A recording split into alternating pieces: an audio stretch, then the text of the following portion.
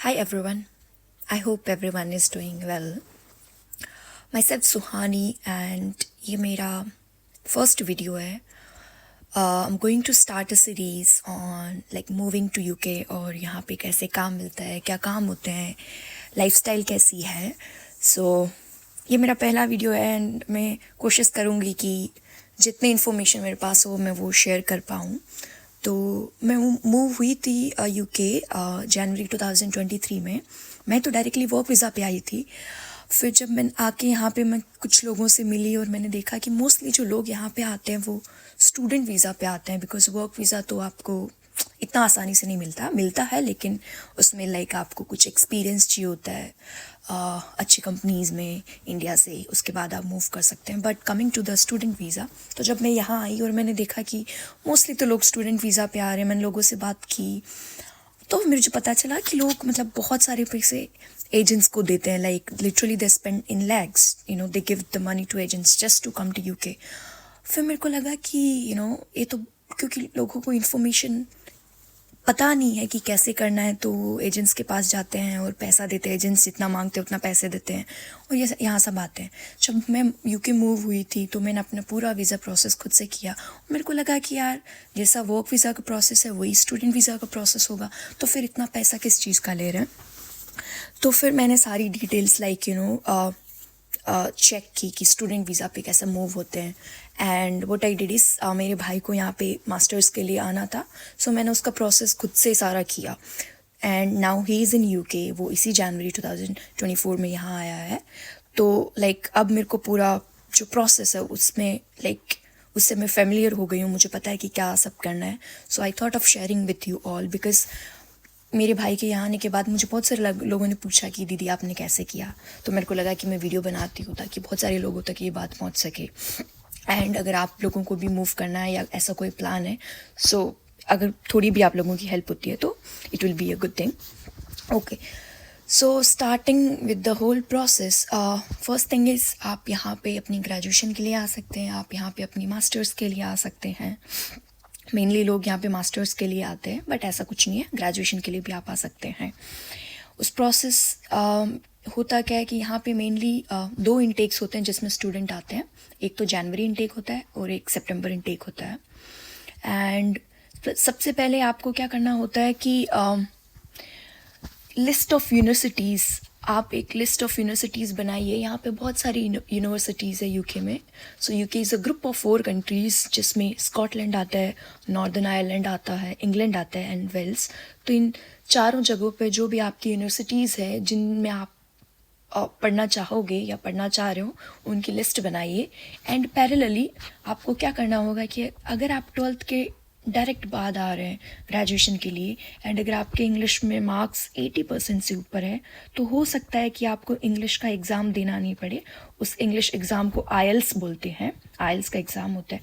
But अगर आप masters के लिए आ रहे हैं या फिर जैसे आपका मास्टर्स हुआ है उसके बाद में आपका 2-3 साल का गैप है एंड उसके बाद आपका ग्रेजुएशन हुआ है और आपका गैप है 1-2 साल का, उसके बाद आप यहाँ मास्टर्स करने के लिए आ रहे हैं, तो आपको आइल्स का एग्ज़ाम देना पड़ेगा.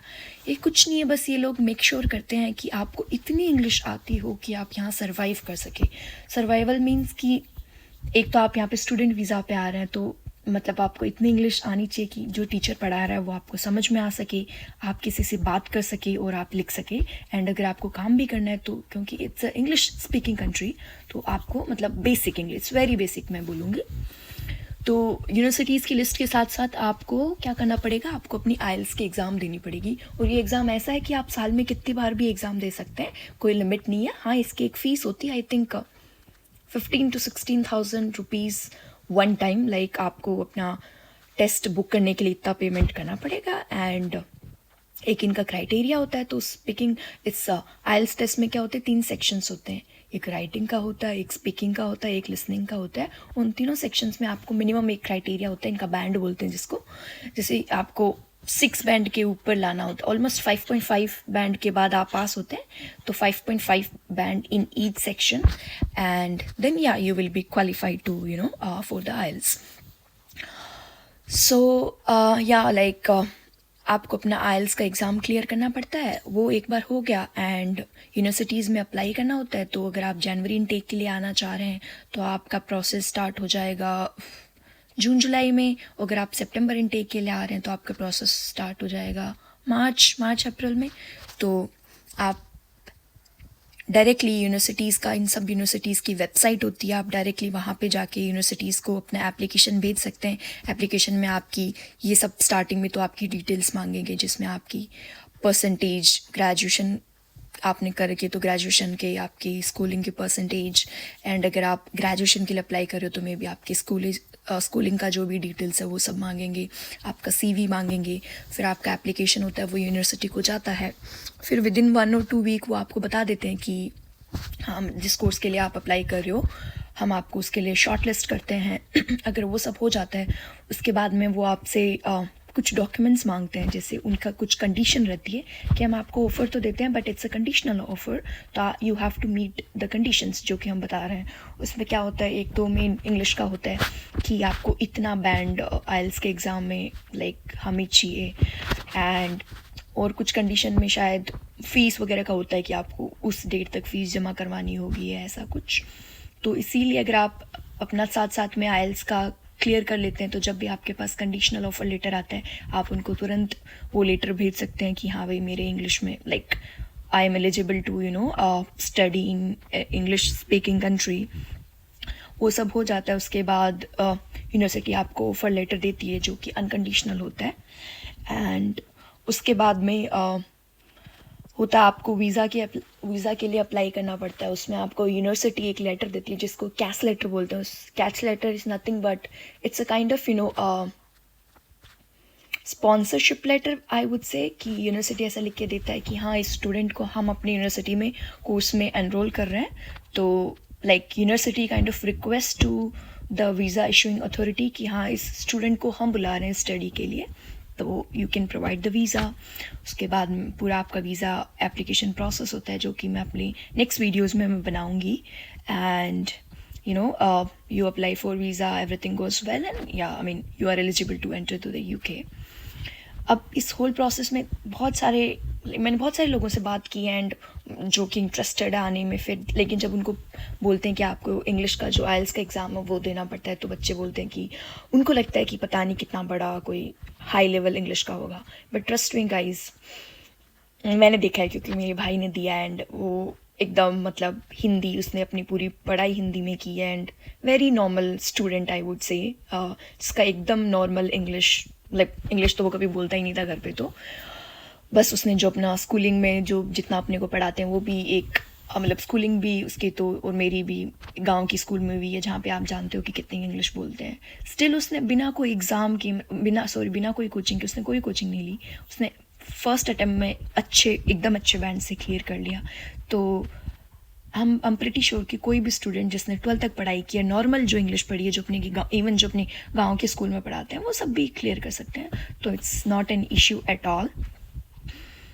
मेन तो यही होता है अगर आपने अपना आइल्स का एग्ज़ाम क्लियर कर लिया तो फिर कुछ नहीं होता। ये लोगों का like if you have even more than 50% in your graduation, आपका इजीली सिलेक्शन हो जाता है इधर यूनिवर्सिटीज़ में एंड आप आ सकते हैं। फ़ायदा क्या है कि यहाँ पे जैसे मास्टर्स क्या होती है, यूके में 1 साल का मास्टर्स होता है, तो आप 1 साल में अपनी मास्टर्स की डिग्री मिल जाती है। वो भी एक the UK universities are world recognised.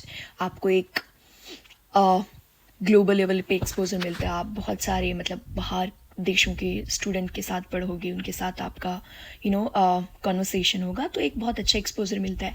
And the other thing is होता क्या है, यहाँ पे आप आते हो तो लाइक आपको यूनिवर्सिटी ऐसा नहीं कि आपको हर दिन यूनिवर्सिटी जाना होगा या हर दिन पूरे दिन भर आपकी क्लासेस चलेगी। तो यहाँ पे बच्चे मेनली क्या करते हैं कि यहाँ आते हैं और वो अच्छा पैसा भी कमा लेते हैं साथ साथ में, जो कि इम्पोर्टेंट भी है। बिकॉज अगर आप 22-23 साल की उम्र के बाद में आ रहे हो तो मतलब सब इतना फाइनेंशियली स्ट्रॉन्ग बैकग्राउंड से नहीं आते हैं, तो फिर बच्चों को ऐसा होता है कि बाहर तो पढ़ना जाना चाहते हैं लेकिन कॉलेजेस की फ़ीस भी होती है, फिर हमारा वहाँ का रहने का खर्चा, या हम भी मतलब फैमिली को भी हेल्प करना चाहते हैं फाइनेंशियली, तो यहाँ पे मैंने देखा है कि स्टूडेंट्स आते हैं और अच्छा खासा पैसा भी कमाते हैं. तो it's a really good option if you want to study high, study in higher this one your career, and if you want to earn money as well, along with your studies, it's a really good option, and UK is a really nice country to be in, I would say.